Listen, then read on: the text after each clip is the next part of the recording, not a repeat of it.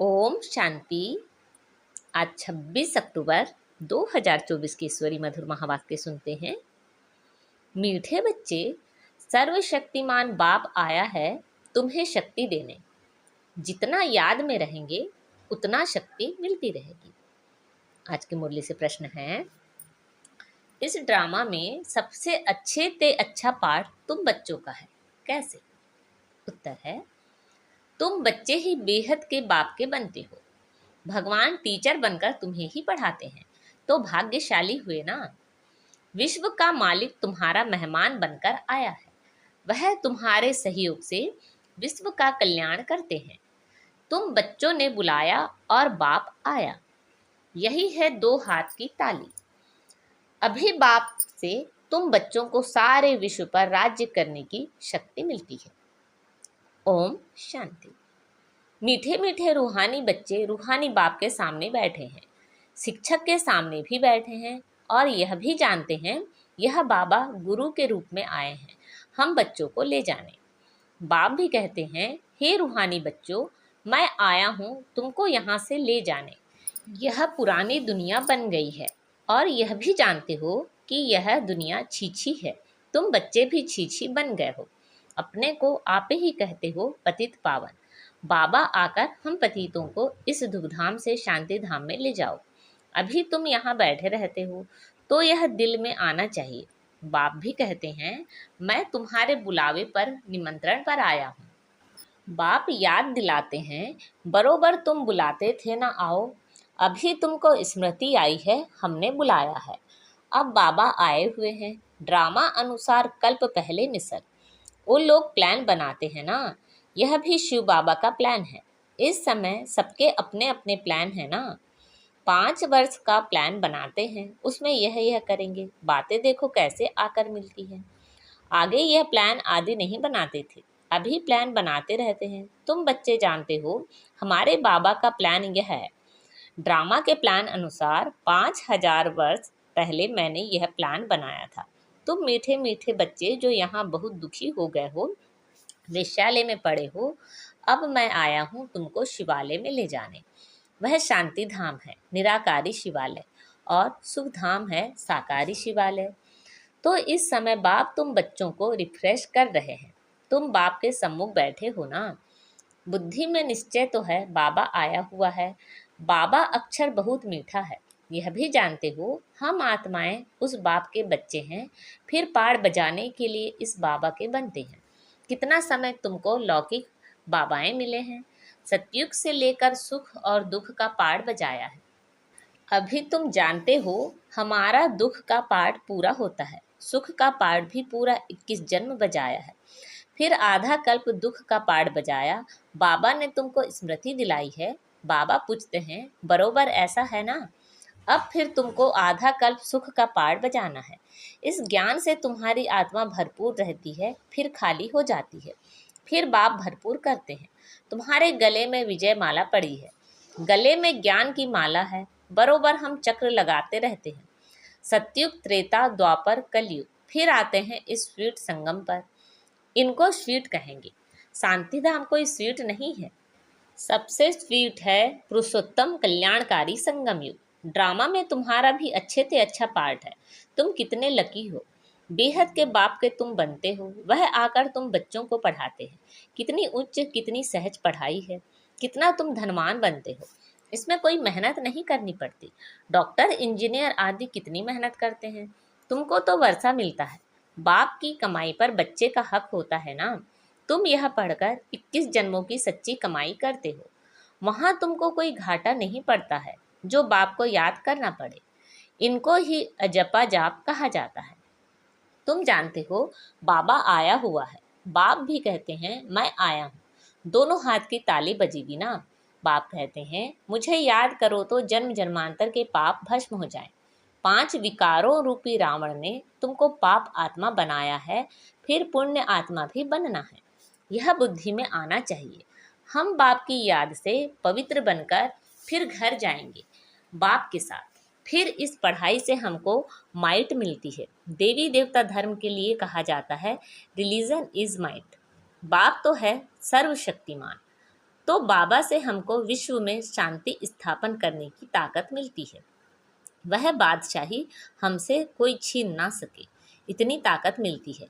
राजाओं के हाथ में देखो कितनी ताकत आ जाती है, कितना उनसे डरते हैं। एक राजा की कितनी प्रजा, लश्कर आदि होता है, परंतु वह है कल्पकाल की ताकत। यह फिर है 21 जन्मों की ताकत। अभी तुम जानते हो हमको सर्वशक्तिमान बाप से ताकत मिलती है विश्व पर राज्य करने की। लव तो रहता है ना, देवताएं प्रैक्टिकल में नहीं है तो भी कितना लव रहता है। जब सम्मुख होंगे तो प्रजा का कितना लव होगा। याद की यात्रा से यह सब कुछ ताकत ले रहे हो, यह बातें भूलो नहीं। याद करते करते तुम बहुत ताकत वाले बन जाते हैं। सर्वशक्तिमान और कोई को नहीं कहा जाता, सबको शक्ति मिलती है। इस समय कोई में शक्ति नहीं है, सब तमो प्रधान है। फिर सभी आत्माओं को एक से ही शक्ति मिल जाती है। फिर अपनी राजधानी में आकर अपना अपना पाठ बजाते हैं, अपना हिसाब किताब चुकतू कर फिर ऐसे ही नंबरवार शक्तिमान बनते हैं। पहले नंबर में है इन देवताओं की शक्ति। यह लक्ष्मी नारायण बरोबर सारे विश्व के मालिक थे ना। तुम्हारी बुद्धि में सारा सृष्टि का चक्र है। जैसे तुम्हारी आत्मा में यह नॉलेज है, वैसे बाबा की आत्मा में भी सारी नॉलेज है। अभी तुमको ज्ञान दे रहे हैं। ड्रामा में पार्ट भरा हुआ है जो रिपीट होता रहता है, फिर वह पार्ट 5000 वर्ष के बाद रिपीट होगा। यह भी तुम बच्चे जानते हो। तुम सतयुग में राज्य करते हो तो बाप रिटायर्ड लाइफ में रहते हैं, फिर कब स्टेज पर आते हैं जब तुम दुखी होते हो। तुम जानते हो उनके अंदर सारा रिकॉर्ड भरा हुआ है। कितनी छोटी आत्मा है, उनमें कितनी समझ रहती है। बाप आकर कितनी समझ देते हैं, फिर वहाँ सतयुग में यह सब भूल जाते हो। सतयुग में तुमको यह नॉलेज होती नहीं, वहाँ तुम सुख भोगते रहते हो। यह भी अभी तुम समझते हो। सतयुग में हम 100 देवता बन सुख भोगते हैं। अभी हम 100 ब्राह्मण हैं, फिर 100 देवता बन रहे हैं। यह ज्ञान बुद्धि में अच्छी रीति धारण करना है। किसी को समझाने में खुशी होती है ना। तुम जैसे प्राण दान देते हो, कहते हैं ना काल आकर सबको ले जाते हैं। काल आदि कोई है नहीं, यह तो बना बनाया ड्रामा है। आत्मा कहती है मैं एक शरीर छोड़ चला जाता हूँ, फिर दूसरा लेता हूँ, मुझे कोई काल नहीं खाता। आत्मा को फीलिंग आती है। आत्मा जब गर्भ में रहती है तो साक्षात्कार कर दुख भोगती है, अंदर सजा भोगती है, इसलिए उनको कहा जाता है गर्भ जेल। कितना यह वंडरफुल ड्रामा बना हुआ है। गर्भ जेल में सजाएं खाते अपना साक्षात्कार करते रहते हैं। सजा क्यों मिली? साक्षात्कार तो कराएंगे ना। यह बेकायदे काम किया है, इनको दुख दिया है। वहाँ सब साक्षात्कार होते हैं, फिर भी बाहर आकर पाप आत्मा बन जाते हैं। सभी पाप भस्म कैसे होंगे? सो तो बच्चों को समझाया है। इस याद की यात्रा से और स्वदर्शन चक्र फिराने से तुम्हारे पाप कटते हैं। बाप कहते भी हैं, मीठे मीठे स्वदर्शन चक्रधारी बच्चों, तुम 84 का यह स्वदर्शन चक्र फिराएंगे तो तुम्हारे जन्म जन्मांतर के पाप कट जाएंगे। चक्र को भी याद करना है। किसने यह ज्ञान दिया उनको भी याद करना है। बाबा हमको सदर्शन चक्रधारी बना रहे हैं। बनाते तो हैं, परंतु फिर रोज रोज नए आते हैं तो उन्हों को रिफ्रेश करना होता है। तुमको सारा ज्ञान मिला है, अभी तुम जानते हो हम यहाँ आए हैं पाड़ बजाने। 84 का चक्र लगाया, अब फिर वापस जाना है। ऐसे चक्र फिराते रहते हो। बाप जानते हैं बच्चे बहुत भूल जाते हैं। चक्र फिराने में कोई तकलीफ नहीं है, फुर्सत तो बहुत मिलती है। पिछाड़ी में तुम्हारी यह स्वदर्शन चक्रधारी की अवस्था रहेगी। तुमको ऐसा बनना है। सन्यासी लोग तो यह शिक्षा दे नहीं सकते। स्वदर्शन चक्र तो खुद गुरु लोग ही जानते नहीं हैं। वह तो सिर्फ कहेंगे चलो गंगा जी पर। कितने स्नान करते हैं। बहुत स्नान करने से गुरुओं की आमदनी होती है। घड़ी घड़ी यात्रा पर जाते हैं। अब उस यात्रा और इस यात्रा में फर्क देखो कितना है। यह यात्रा वह सब यात्राएं छुड़ा देती है। यह यात्रा कितनी सहज है। चक्र भी फिराओ, गीत भी है ना, चारों तरफ लगाए फेरे, फिर भी हरदम दूर रहे, बेहद के बाप से दूर रहे। यह तुमको महसूसता आती है। वो लोग इस अर्थ को नहीं जानते। अभी तुम जानते हो, बहुत फेरे लगाते रहे। अभी इन फेरों से तुम छूट गए हो। फेरे लगाते कोई नजदीक नहीं आए हो और ही दूर होते गए।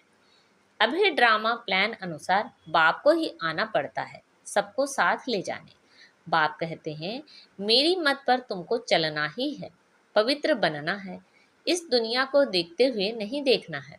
जब तक नया मकान बनकर तैयार हो जाए तब तक पुराने में रहना पड़ता है। बाप संगम पर ही आते हैं वर्षा देने।